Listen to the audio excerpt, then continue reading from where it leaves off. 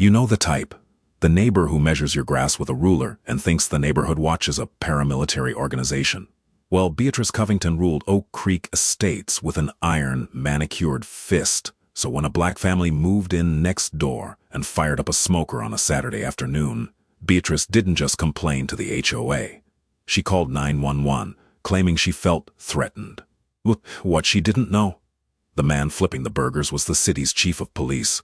Oak Creek Estates was a neighborhood built on the illusion of control. The lawns were a uniform, chemically induced green, cut to a precise 2.5 inches. The mailboxes were identical wrought iron. The trees were pruned into submission. It was a place where people paid an exorbitant premium to ensure that nothing unexpected ever happened. Beatrice Covington was the unofficial warden of this suburban terrarium.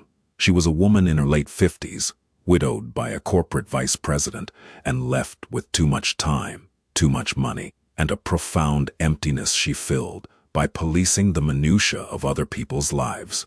She knew who left their trash cans out 3 hours past the designated retrieval time. She knew whose teenagers were sneaking out. She had the HOA bylaws tabbed, highlighted, and practically memorized. When the moving trucks arrived at 412 Sycamore Lane, the sprawling 4-bedroom colonial right next door to Beatrice, she was already standing at her kitchen window, parting the plantation shutters with 2 rigid fingers. The previous owners, the Hendersons, had been quiet, boring, safe. Beatrice liked safe. She watched as the heavy steel ramp of the moving truck slid down with a metallic clatter. Out stepped David Hayes. David was 45, broad-shouldered, with a tight fade and the kind of quiet, grounded posture that naturally commanded space.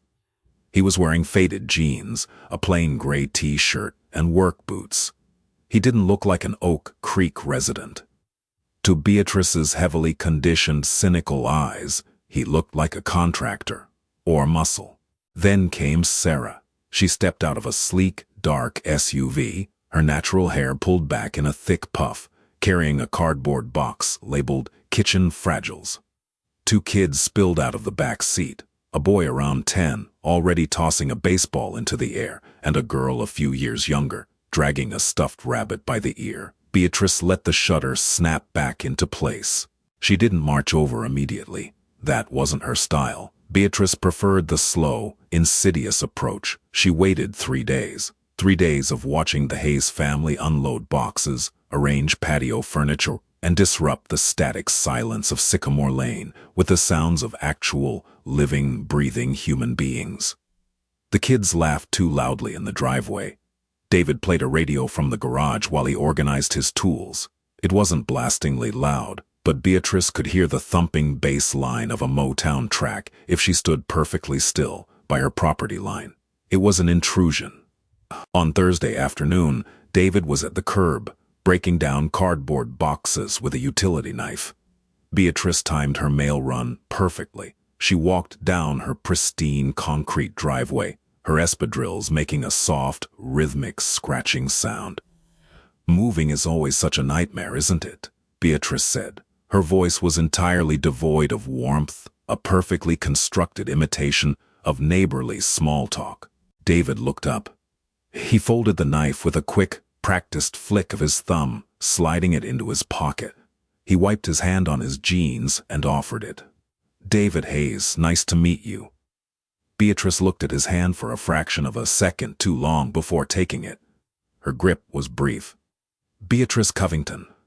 I've lived in Oak Creek for 15 years. I was the HOA president for 6 of them." "Good to know," David said, his voice deep, even, and thoroughly unimpressed by the credential. "We're just getting settled in." "I see that." Beatrice's eyes flicked to the stack of broken-down boxes. "Just so you're aware, the recycling trucks won't take cardboard unless it's tied with twine, not tape, twine. And it can't sit on the curb for more than 12 hours before pickup. We have a very strict covenant here. It maintains the property values." David didn't blink. He just looked at her. It was a look he used often in his line of work. It wasn't angry or hostile, but it was profoundly penetrating. It was the look of a man silently assessing a potential problem. "I appreciate the heads up, Beatrice," he said. The tone was polite, but it lacked the deferential scramble she was used to from new neighbors. He didn't apologize.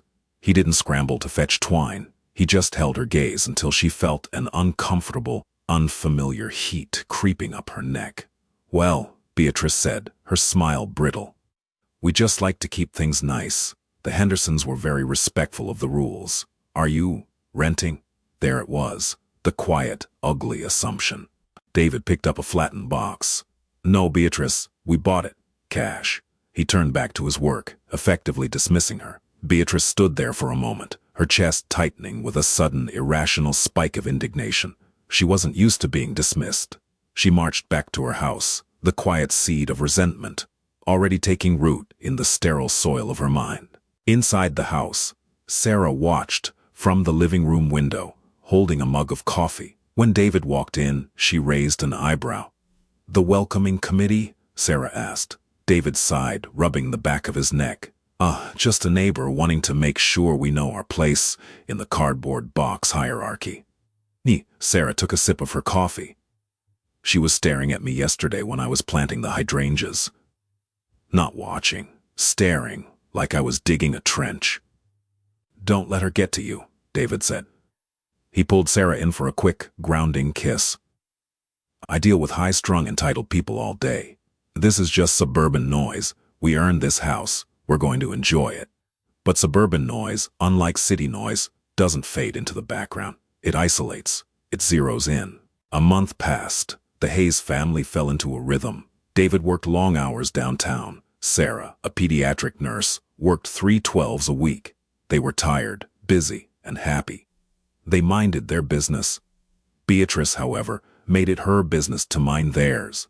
She began keeping a mental ledger. The Hayes kids left a bright green plastic tricycle in the driveway for an entire afternoon. Offense. Sarah had a friend over on a Tuesday, and the friend's car tire was parked a full 6 inches onto Beatrice's side of the invisible line dividing their street parking. Offense. Then came Memorial Day weekend. David loved to barbecue. It was his meditation, the slow, methodical process of tending a fire, managing the airflow, and breaking down tough cuts of meat into something tender and beautiful. It required patience, a quality he possessed in spades. Saturday morning dawned bright, clear, and perfectly still. At 6 a.m., David rolled his pride and joy out onto the back patio, a massive, matte black offset smoker built from thick-gauge steel. He lit the charcoal, letting the white smoke billow briefly, before settling into the thin, almost invisible blue smoke that signaled a clean fire. He threw on a split log of seasoned hickory. By 1 p.m., the backyard was alive. Sarah's brother, Marcus, had driven up from Atlanta with his wife and 3 kids. David's old partner from the precinct, a burly guy named Greg, was there holding a local IPA. There were maybe 15 people in total. Not a rager, just a family gathering. A portable speaker on the patio table played a steady stream of 90s R&B, Erykah Badu, Maxwell, a little Luther Vandross. It was background music, woven through with the sounds of laughter, the clinking of ice in glasses, and the high-pitched shrieks of kids chasing each other through the sprinklers. Next door, Beatrice Covington was losing her mind. She was sitting in her sunroom, a space specifically designed to look out over her immaculate, silent backyard. Today, that silence was shattered. She could hear the bass from the speaker. It was a low, rhythmic thud that seemed to vibrate directly in her molars. Worse was the smoke.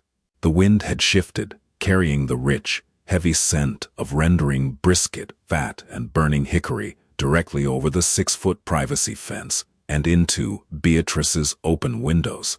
She slammed the windows shut, the glass rattling in the frames. She paced the length of her kitchen, her anxieties spiraling into a righteous fury. This was exactly what she had feared. The neighborhood was degrading. The standards were slipping. She picked up her phone and opened the HOA board group text. "Beatrice, is anyone else dealing with the absolute chaos on Sycamore? The new people at 412 are throwing a block party. The noise is unbearable and they are blanketing my property in smoke. 3 minutes passed. Beatrice stared at the screen, her thumb hovering over the glass. Tom, HOA president. I'm over on Elm Bay, can't hear anything. The bylaws say quiet hours start at 10 p.m. As for the grill, as long as it's not an open fire pit, it's allowed. Beatrice scoffed aloud in her empty kitchen. Tom was weak. He didn't understand the broken windows theory. He didn't understand that if you let people play loud, urban music and smoke out the neighborhood at 2 p.m., eventually property values would plummet. She walked over to her side window and peered through the blinds. She could see them through the gaps in the fence.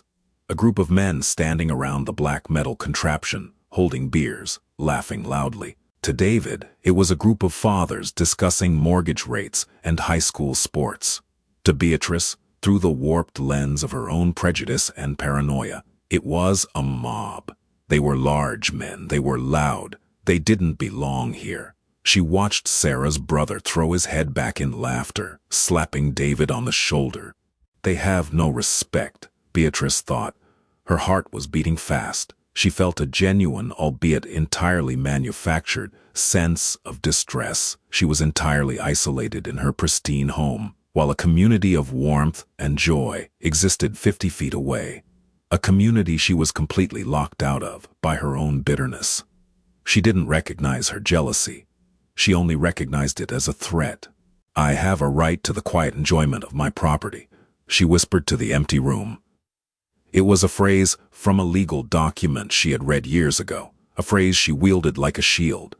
She didn't need Tom. She didn't need the HOA. She would handle this herself. She marched to her front door, slipped into her loafers, and stepped out into the bright afternoon sun. The heat hit Beatrice as soon as she crossed the property line, but it was nothing compared to the heat simmering in her chest. She marched straight up David's driveway, bypassing the front door entirely, and followed the sound of the music and the smell of the smoke to the wooden side gate. She didn't knock. She unlatched it and pushed it open. The laughter in the backyard didn't stop immediately. The kids kept running, but the adults closest to the gate noticed her right away. The conversation died down, rippling outward until only the music and the crackle of the fire remained. David was at the smoker, wrapping a brisket in pink butcher paper. He wore heat-resistant black gloves. He looked up, his expression shifting from relaxed joy to a neutral, guarded mask. "Beatrice," David said. He didn't raise his voice, but it carried perfectly over the patio. "This is unacceptable," Beatrice said, her voice shaking slightly with adrenaline. She stood at the edge of the patio, arms crossed tight over her chest, refusing to step further into their space. She looked around at the guests with open disdain. Sarah stepped out of the back door, carrying a tray of sliced watermelon. She froze, seeing the neighbor. She caught David's eye, and he gave her a subtle, barely perceptible shake of his head. "I got this." "What can I help you with?" David asked, setting the wrapped brisket down and pulling off his heavy gloves. "The noise," Beatrice snapped. She pointed a rigid finger at the small Bluetooth speaker on the table. "That thumping. It is vibrating through my entire house. And the smoke. You are smoking out my property. My house smells like a cheap barbecue joint." Greg, David's old partner, shifted his weight, taking a sip of his beer. "Ma'am, it's 2 o'clock on a Saturday." "I am not speaking to you," Beatrice shot back, her eyes wide, the mask of civility entirely gone. She glared back at David. "I told you when you moved in that we have standards here. We have rules. Turn that music off immediately and put that fire out." David walked slowly toward her. He didn't look aggressive. He looked profoundly tired. He stopped about 6 feet away, respecting her personal space, though she had just violated his. "Beatrice," David said, keeping his tone perfectly even, almost clinical. "We're having a family cookout. The music is at 65 decibels. I checked. The city noise ordinance doesn't kick in until 10 o'clock, and the HOA bylaws mirror that. As for the smoker, it's a standard cooking appliance, safely operated on a concrete pad." "Don't you quote the bylaws to me," Beatrice practically shrieked. The fact that he knew the rules, that he had preemptively checked the decibel level, infuriated her. He wasn't playing the game right. He was supposed to be intimidated. He was supposed to apologize. "I'm not going to turn off the music, and I'm not going to ruin a perfectly good piece of meat," David said softly. We're going to finish our party. You are welcome to grab a plate if you want to calm down. If not, I'm going to have to ask you to leave my property." "Calm down?" Beatrice gasped. The phrase was a trigger, a lit match thrown onto dry brush. "You people move in here and think you can just do whatever you want. You think you can turn Oak Creek into some ghetto." The word hung in the air, heavy and ugly. Sarah set the tray down with a loud clatter. Marcus took a step forward, his jaw tight, but David put a hand out, stopping him. David didn't yell. The temperature in his eyes just dropped to absolute zero. "Leave," David said, just one word. It wasn't a request. Beatrice felt a cold spike of genuine fear, not because David was threatening her, but because he was entirely unmoved by her authority. He wasn't scared of her. "You're going to regret this," she sputtered, backing up toward the gate. Her chest was heaving. "You are threatening me. I feel threatened." "No one has moved an inch toward you, Beatrice," David said, standing perfectly still. "Goodbye." She turned and practically ran out the gate, the latch slamming behind her. Back on the patio, the silence was suffocating. David exhaled a long breath, pinching the bridge of his nose. "Man," Greg muttered, shaking his head, "you want me to call a cruiser out here, just to document it?" "No," David said, turning back to his smoker. "Let her see. She's just a miserable woman. Let's not let her ruin the afternoon." But Beatrice was already past seething. She burst through her front door, locking the deadbolt behind her, her hands trembling as she grabbed her phone from the kitchen counter. Her mind was racing, spinning a narrative that justified the sheer panic and rage she felt. They were aggressive. They had surrounded her.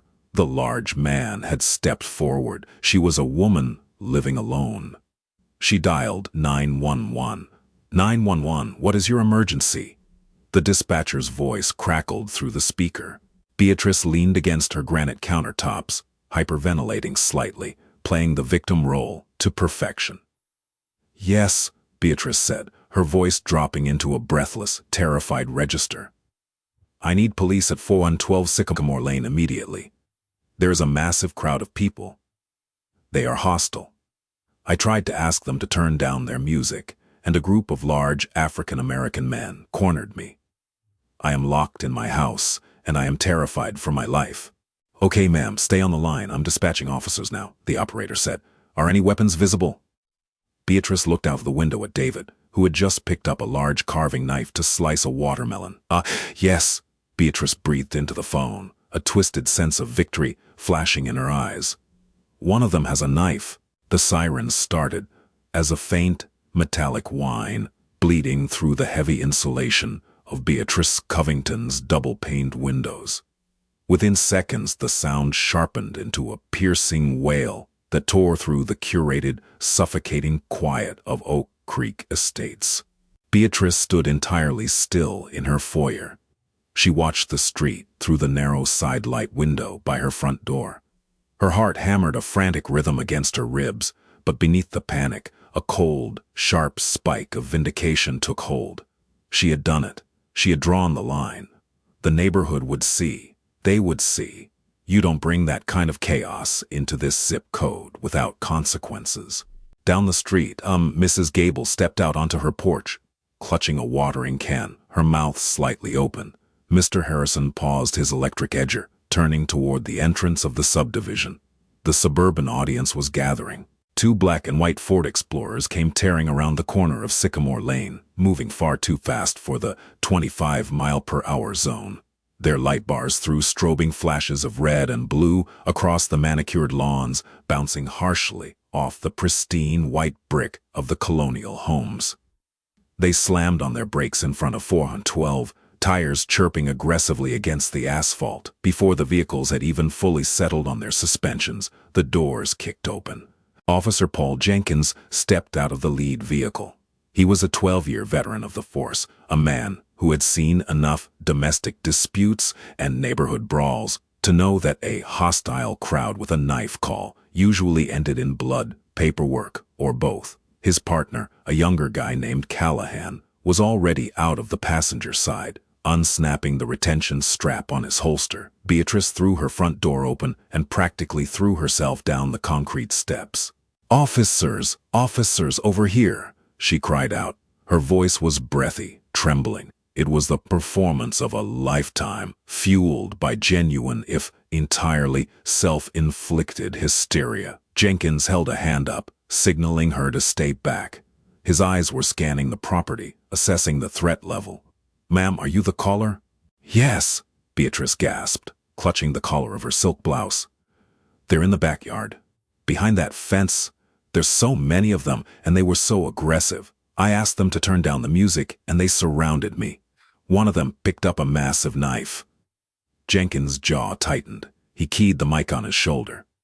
"Dispatch, we are on scene at 412 Sycamore, making contact. Stand by." He gave Callahan a hard nod.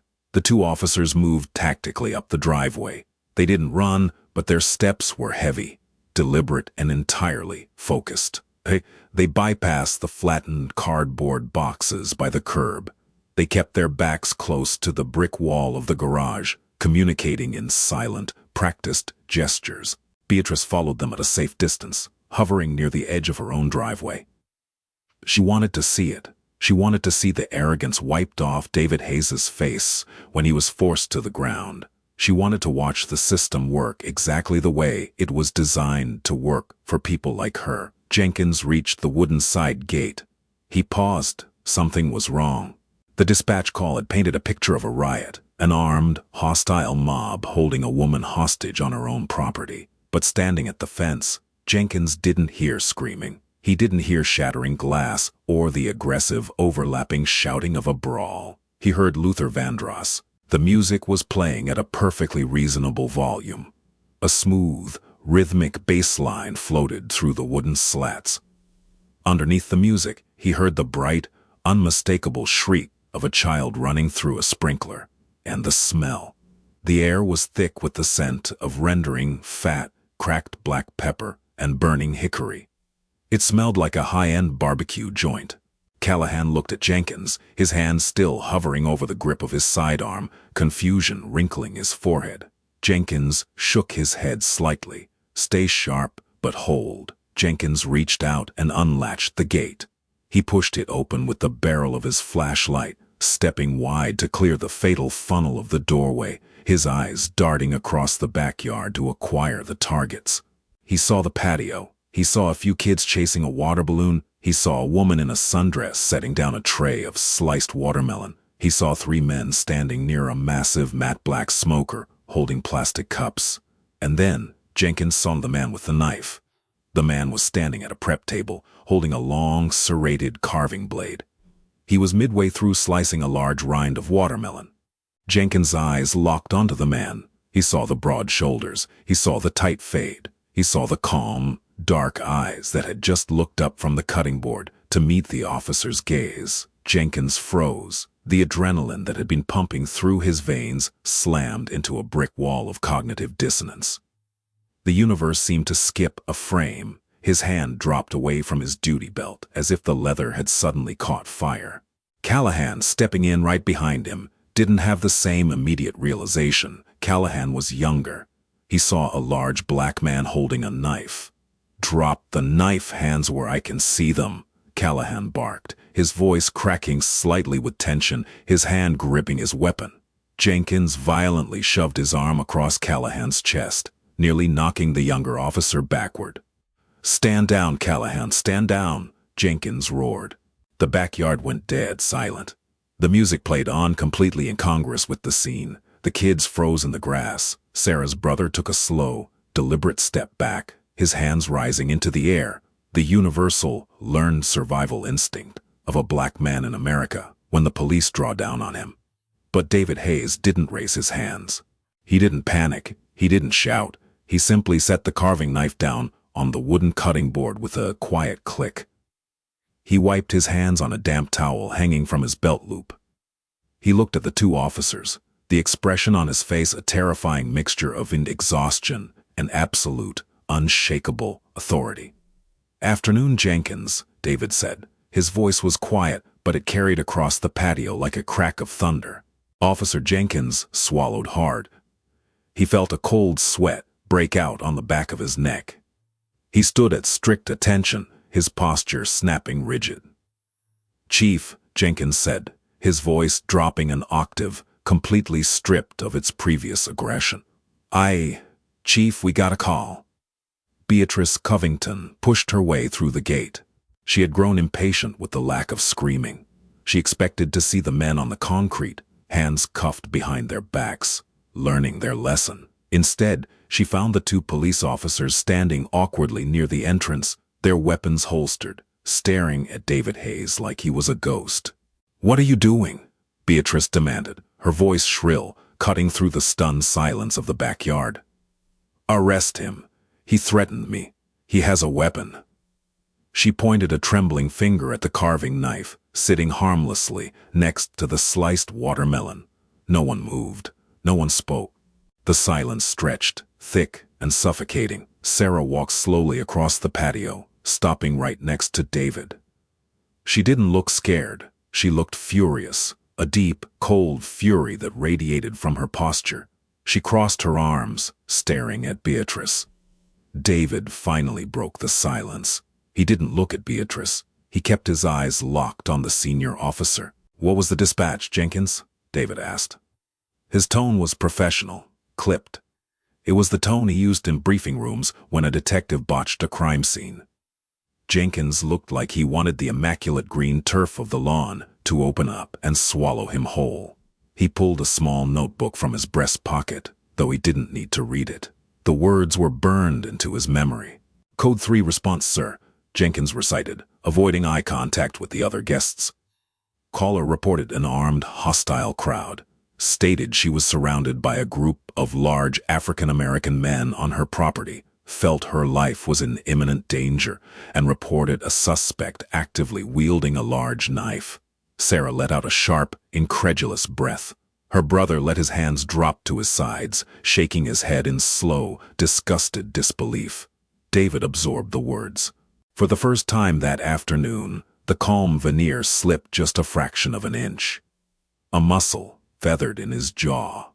The sheer, terrifying weight of what had just happened settled over the patio. Beatrice hadn't just called the HOA. She hadn't just called in a noise complaint. She had actively, deliberately used the police as a weapon. She had painted a picture designed to trigger a high-adrenaline armed response. She had turned a suburban barbecue into a potentially lethal encounter. If it had been any other house, if it had been a different jurisdiction, if Callahan had been a little jumpier, or if Jenkins hadn't recognized the man at the smoker, David looked at his 10-year-old son, who was standing frozen near the fence, watching men with guns shouting at his father. The rage that spiked in David's chest was primal, but years of wearing the badge forced him to compartmentalize it. He had to be the chief right now. He couldn't just be a father. "I don't understand," Beatrice stammered. She looked from Jenkins to David and back again. The power dynamic had shifted so violently, so completely, that her brain was struggling to process the visual information. "Why are you calling him sir? He's breaking the law. I am a taxpayer. I demand you remove these people." Jenkins turned to face Beatrice. The deferential, protective posture he had assumed in the front yard was entirely gone. His face was stone. "Ma'am," Jenkins said, his voice flat. "This is David Hayes. He is the chief of police for this city." Beatrice stopped breathing. The words hit her physically, like a blow to the chest. Chief of police. She looked at David, really looked at him, without the blinders of her prejudice, without the filter of her own arrogant assumptions.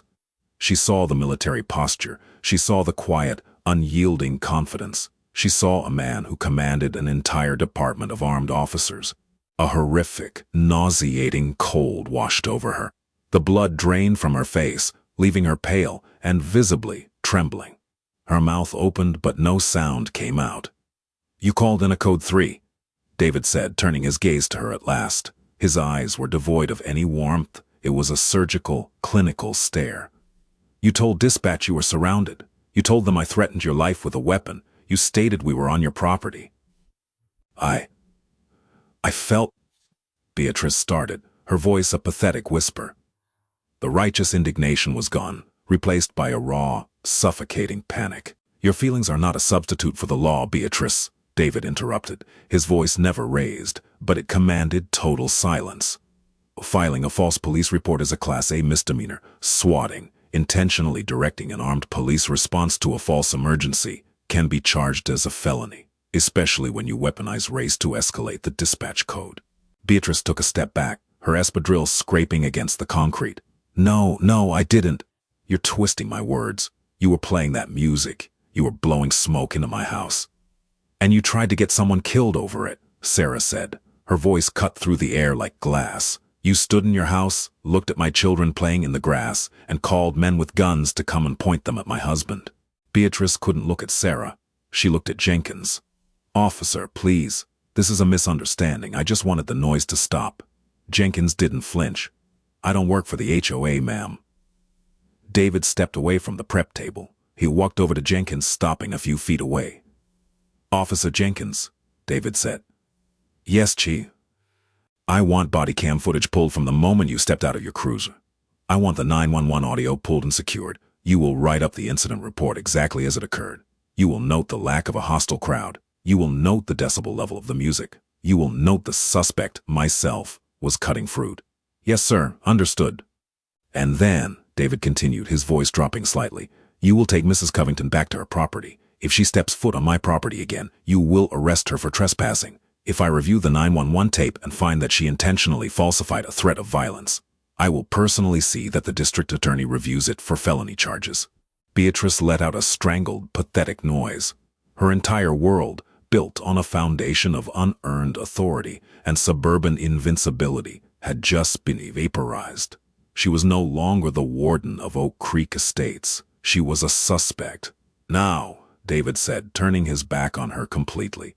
Get her off my lawn. Jenkins nodded. He turned to Beatrice and pointed toward the open gate. Ma'am, let's go. Beatrice didn't argue. She couldn't. She looked broken, her shoulders slumped, her manicured hands shaking violently at her sides. She turned and walked out the gate, followed closely by the two officers. The heavy wooden gate swung shut, the latch dropping into place with a definitive, metallic clack. In the backyard, the silence returned, heavier this time. The music was still playing softly. The smoke from the brisket still curled lazily into the blue sky. But the joy had been sucked out of the afternoon, replaced by a lingering, toxic adrenaline. Sarah's brother exhaled a long, shaky breath, rubbing a hand over his face. Man, he muttered. Man! David walked over to the stereo and reached out to turn the volume knob. Don't, Sarah said. David stopped. He looked at his wife. Sarah walked over to him. She reached past him and turned the volume knob up. Just a little. Not enough to violate a noise ordinance, but enough to make sure the bass carried over the 6-foot privacy fence. We are not turning it down, Sarah said, her eyes locked on David's. We earned this house. We are having our barbecue. David stared at her for a long second. Slowly, the tension in his jaw released. A faint, tired, but genuine smile touched the corners of his mouth. He pulled her in, kissing her forehead, holding her tight for a moment before turning back to the smoker. Next door, Beatrice Covington sat in her dark, silent living room. The windows were shut tight. The silence was absolute. And for the first time in 15 years, she felt entirely, utterly powerless. Monday morning at the precinct smelled the way it always did. A harsh, institutional blend of industrial floor wax, old paper, and the burnt, Robusta coffee boiling on the bullpen hot plate.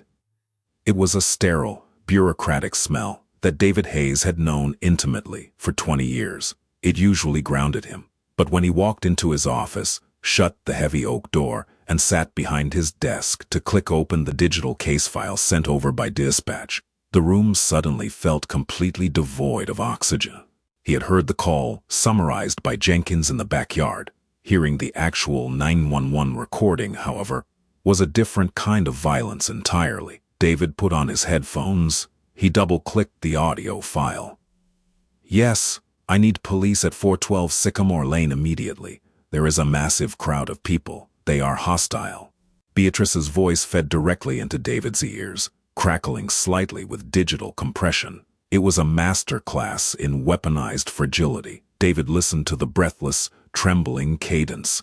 He heard the calculated pauses, the way she deliberately pitched her voice up an octave to sound smaller, weaker, and more vulnerable than she actually was. I tried to ask them to turn down their music, and a group of large African-American men cornered me. There it was, the deployment of the exact phrasing designed to trigger a specific, aggressive response from law enforcement. David leaned back in his heavy leather chair, his eyes fixed on the blank, gray wall opposite his desk, his jaw locked. He listened to the dispatcher, a young woman named Chloe, ask standard protocol questions about weapons.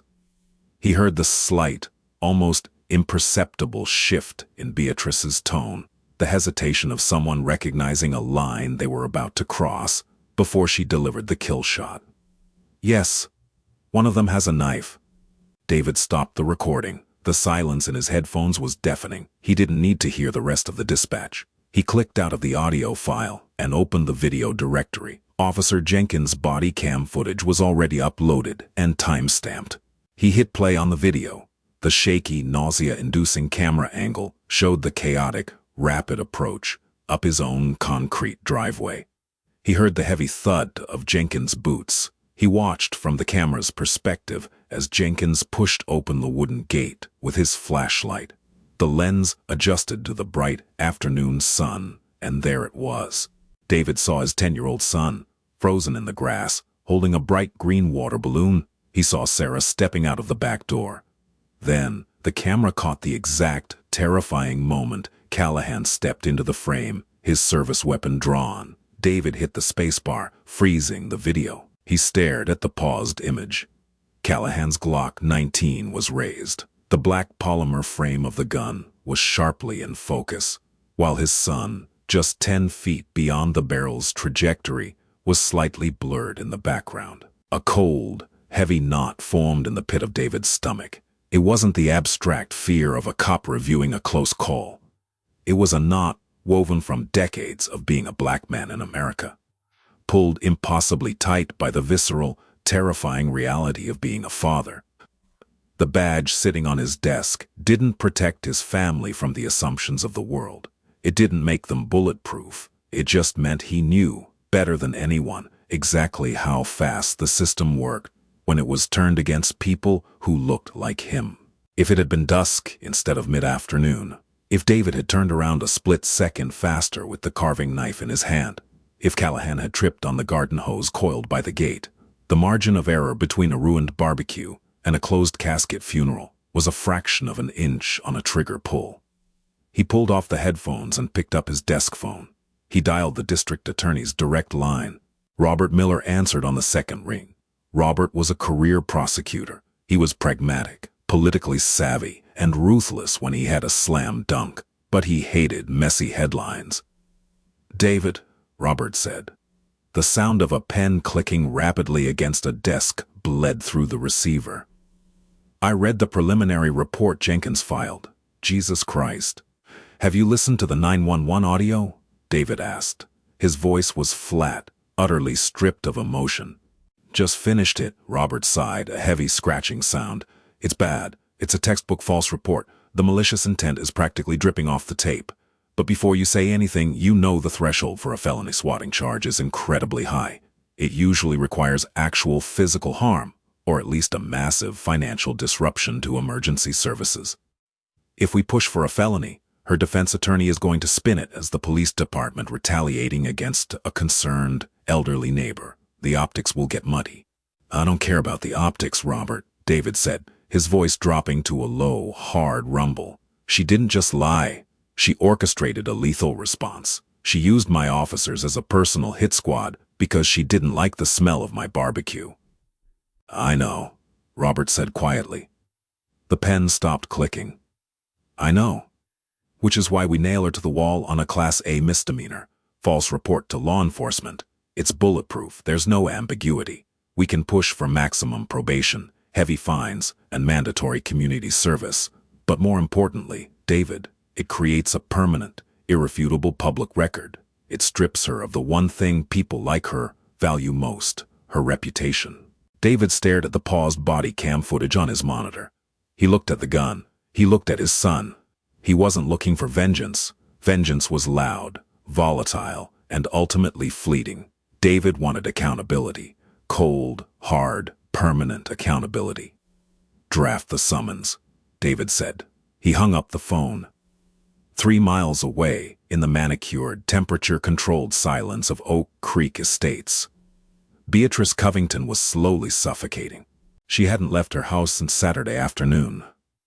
She hadn't even showered. The woman who usually woke at 6 to apply a full face of makeup and iron her silk blouses was sitting at her kitchen island in a stained terry cloth robe.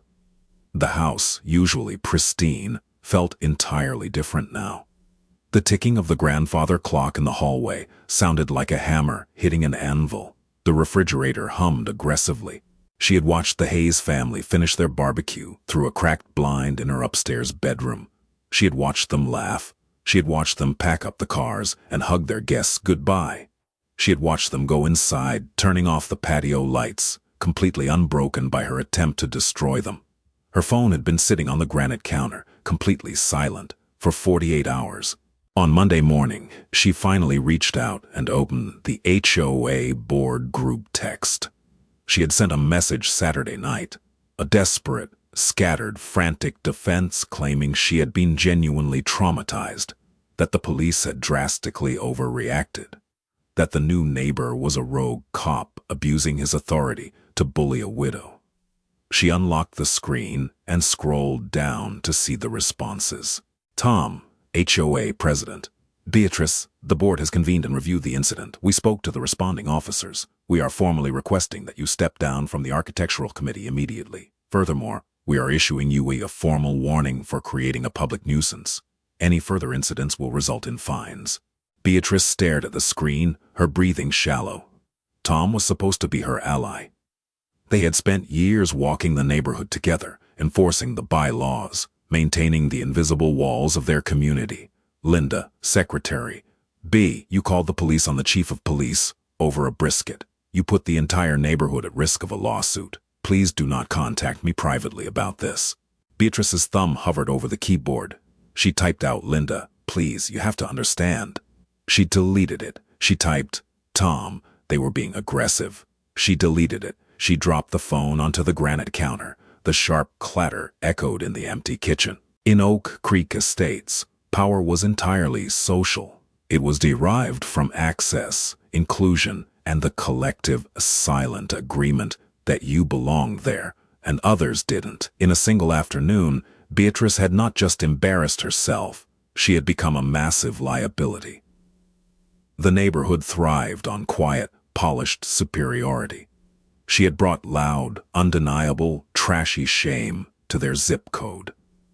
She walked slowly into her sunroom and looked out through the glass. The grass was still perfectly cut. The trees were still pruned, but the invisible property line separating her yard from David's suddenly felt like a towering concrete wall.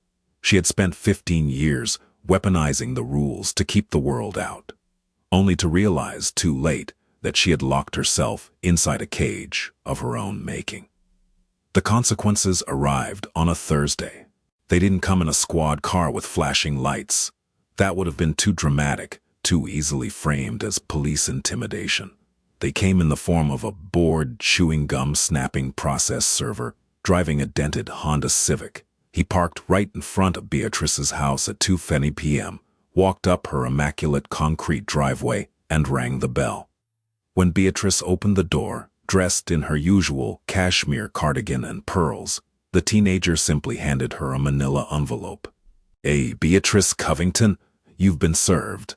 He turned and walked away before she could even process the words. She stood in the doorway, the bright afternoon sun illuminating the stark black text on the summons. State of Texas versus Beatrice Covington. Misdemeanor Class A. Falsification of a police report. Mrs. Gable, the neighbor across the street, was pulling weeds in her flower bed. She stopped. She stood up, dusting the dirt from her gardening gloves, and looked directly at Beatrice, holding the envelope. Mrs. Gable didn't wave. She didn't offer a sympathetic smile. She simply turned her back and walked into her garage. The excommunication was complete. Across the property line, life moved forward. The Hayes family didn't throw another party immediately. They settled into the mundane rhythm of work, school, and mortgage payments. But the atmosphere in the neighborhood had shifted. The silence that had once felt oppressive now felt deferential. On Friday evening, David and Sarah were sitting on their back patio. The smoker was cold, but the fire pit was lit, throwing a warm, flickering orange light across the concrete. David was sipping a bourbon. Sarah was curled up in a patio chair, wrapped in a blanket, watching the embers pulse. Mrs. Harrison from 3 houses down brought over a peach cobbler today, Sarah said quietly, staring at the fire. David took a slow sip of his drink. Did she? Yep, said she just wanted to formally welcome us to the neighborhood, apologized for not coming by sooner. Sarah's voice was dry, entirely devoid of gratitude. She stood on the porch for 10 minutes talking about how much she loves diversity and how horrifying it is that some people still hold on to such outdated prejudices. Performative, David said. Exactly. Sarah pulled the blanket tighter around her shoulders. They didn't care when they thought we were just some regular black family disrupting the peace. They care now because they realize you could have them arrested. They're not sorry. They're terrified of the optics. David nodded. He knew the dynamic perfectly. The sudden, cloying friendliness wasn't about acceptance. It was about self-preservation. It was the cynical reality of living in spaces that were never designed for you. When you prove you belong, they don't welcome you. They just calculate the risk of crossing you. Did you keep the cobbler? David asked. I threw it straight in the trash, Sarah said, a hard, satisfied edge to her voice. I don't eat apology baked goods from strangers. God knows what's in it. David let out a low, rumbling laugh. The sound drifted over the fence, settling onto Beatrice Covington's dark, silent property. It's exhausting, though, Sarah added, the humor fading from her voice. She looked over at David, her eyes reflecting the firelight, having to constantly wear the armor, having to be the bigger person, having to calculate exactly how loud we're allowed to laugh in our own backyard. David set his glass down on the side table. He leaned forward, resting his elbows on his knees, looking at his wife. We stopped calculating, David said. His voice was firm, rooted in the concrete beneath them. That's how we win. We don't shrink to make them comfortable, and we don't put on a show to make them angry. We just live, taking up exactly as much space as we paid for. Sarah held his gaze. Slowly, the tight set of her shoulders relaxed. She reached out, resting her hand on the back of his neck, her thumb brushing against his skin. Tomorrow, Sarah said, I'm inviting the girls from the clinic over. We're going to sit on the front porch. We're going to drink wine. And we are going to play Beyoncé. Loudly, David asked, a small smile breaking through his usual stoicism. Loud enough, Sarah replied. A month later, the for sale sign appeared in Beatrice Covington's front yard. It was a discreet, high-end sign matching the aesthetic of Oak Creek Estates, but its message was loud and clear. She was retreating. The court date was looming. The legal fees were mounting, and the absolute social isolation had finally broken her spirit. She had tried to enforce a boundary to keep the neighborhood pure, and in doing so, had engineered her own eviction. It was a humid, breezy Saturday afternoon when the sign went into the dirt. David was in his driveway washing his truck. He watched the realtor hammer the wooden post into the perfect, uniform green grass of 414 Sycamore Lane. He didn't feel a rush of triumph. He didn't feel pity. He just felt a profound sense of closure. He wrung out his sponge, the soapy water cascading over the dark paint of the truck. He heard the side gate unlatch. His son walked out, holding a football. Dad, you said you'd throw a few. David looked at the soapy truck. He looked at the for sale sign next door. Then he tossed the sponge into the bucket. Go deep, David said, wiping his wet hands on his jeans. His son grinned, immediately taking off down the sidewalk, his sneakers slapping against the pavement. David grabbed the football from the grass. He dropped back, scanning the street, and launched a perfect soaring spiral over the pristine lawns of Oak Creek Estates.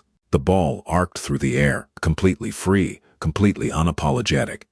From the backyard, the low, steady rhythm of a bass line started to thump. Sarah had turned on the speaker. The music floated through the neighborhood, rich and vibrant, filling the space where the silence used to be. No one called the police. No one came to the fence. The neighborhood just listened. If there's one thing to take away from Oak Creek Estates, it's that true authority doesn't come from a rule book or a badge. It comes from the quiet, unshakable confidence of knowing exactly who you are and what you deserve. Not the Hayes family didn't just win a neighborhood dispute. They reclaimed their right to simply exist out loud. If this story struck a nerve or reminded you of someone who needs to hear it, hit that like button right now. Share this with a friend who appreciates real justice, and don't forget to subscribe for more deeply grounded stories about the messy, human reality of the places we call home. See you in the next one.